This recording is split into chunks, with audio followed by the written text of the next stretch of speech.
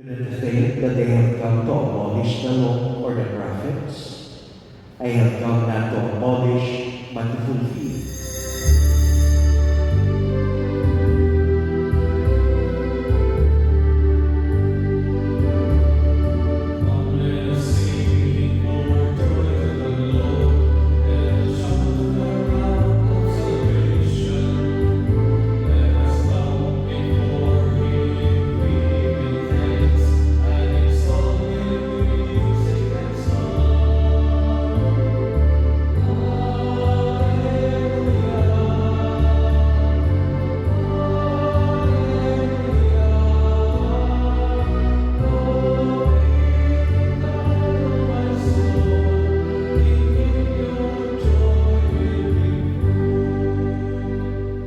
In the name of the Father, and of the Son, and of the Holy Spirit. Amen. The Lord be with you. And with your spirit. My brothers and sisters, let us call to mind our sins, and so prepare ourselves to celebrate the saving mysteries. Teach me your paths, my God, and guide me in your truth. Hallelujah, hallelujah, hallelujah,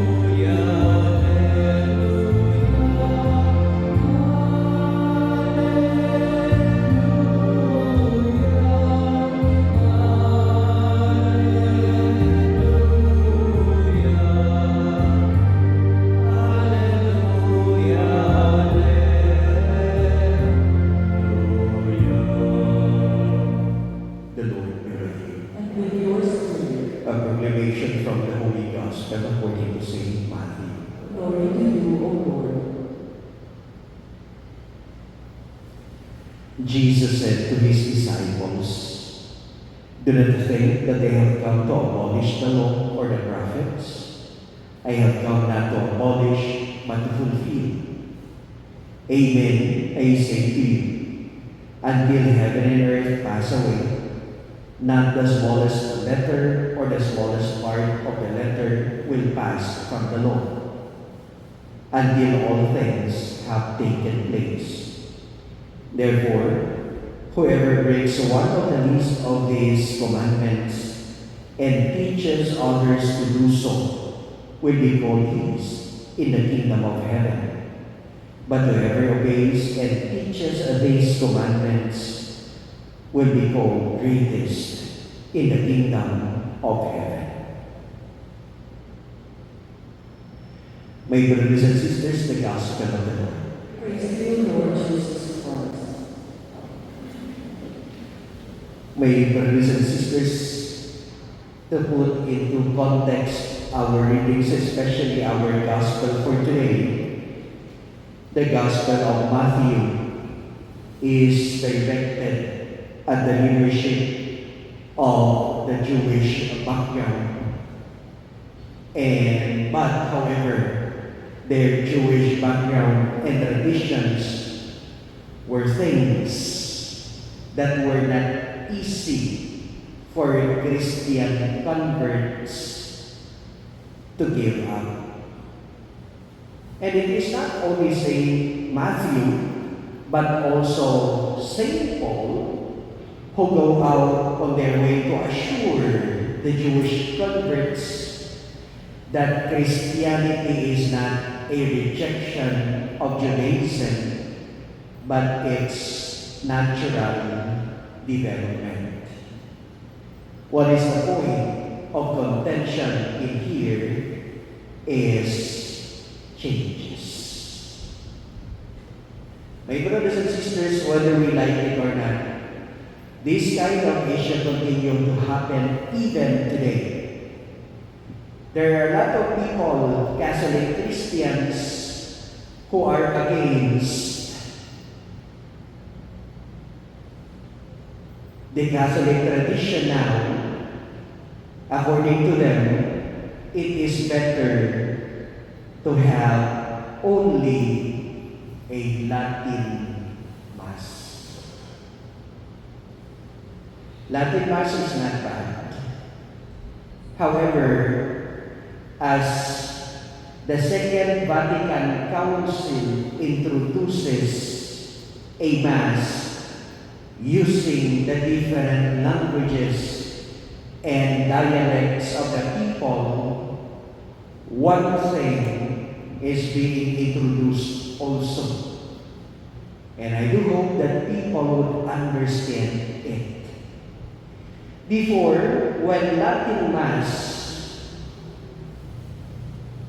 was being used in the Catholic Church, there are practices that people who are attending or part of the Mass are having their own prayers.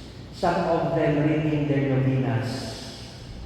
Some of them praying rosaries. What's the reason? Because they do not understand the Mass. If they do participate, it is just because they memorized it, but they do not understand.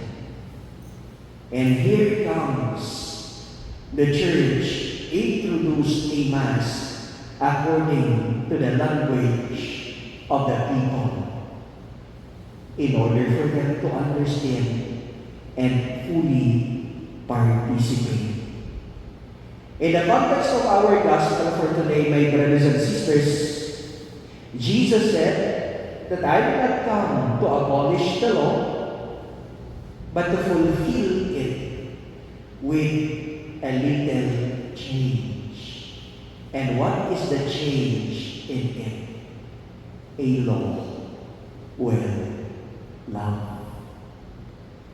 Some theologians would say that the church too need to be ready to move forward creatively to a new ways of understanding our faith, living by living it out. The traditions of the past are valid. We are being taught how to pray, how to become religious according to our tradition. But tradition can be understood in two ways. Either a fundamental belief that has existed from the very beginning, or simply a way of living or understanding things which has been around for a long time.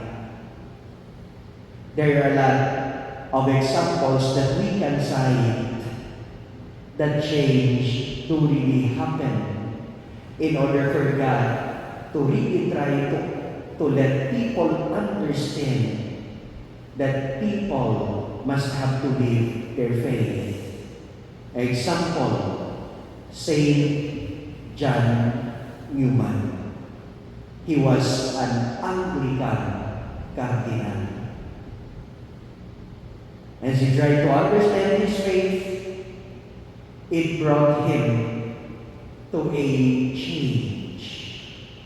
Sad to say, this change that he must have to embrace is a change of religion from Anglican into Catholicism. My brothers and sisters, this is not a new law. This is not a new teaching, but a teaching with heart. All of us are being invited. Perhaps there are things that we must have or may change in our hearts, in our being a Christian. In our first reading, there is a contention there. The prophet of God against the more hundred of prophets or priests of Baal with their gods and the God of the Israelites. How about you? Is there something that you must have to change for being a Christian? Can we consider it your other gods? We only have one God. And what are those gods that you must have to give up?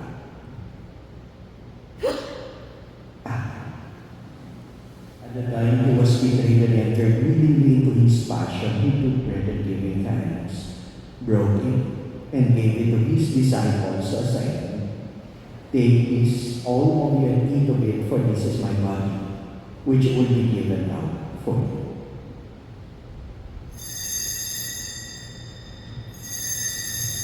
Take this, all of you, and eat, drink from it, for this is the chalice of my blood, the blood of the new eternal covenant, which will be poured out for you and for many, for the forgiveness of sins.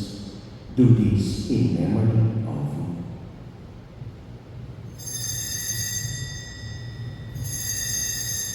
At the Savior's command, and formed by divine teaching, he began to say, Our Father, who art in heaven, hallowed be thy name.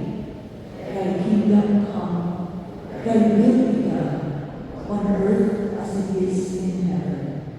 Give us this day our daily bread, and forgive us our trespasses, as we forgive those who trespass against us.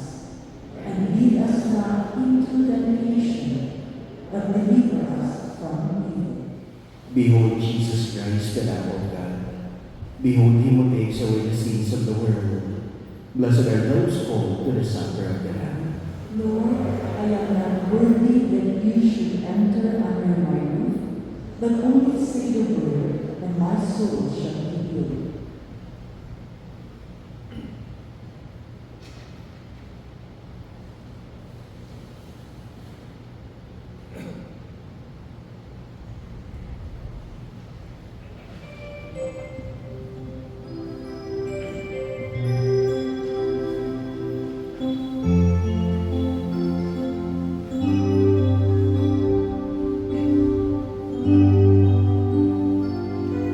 Stay with me, Lord, that I may never forget you.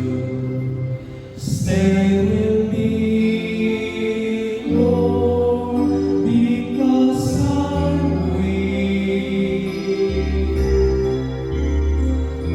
Stay with me, Lord, for you are my life. Let us pray.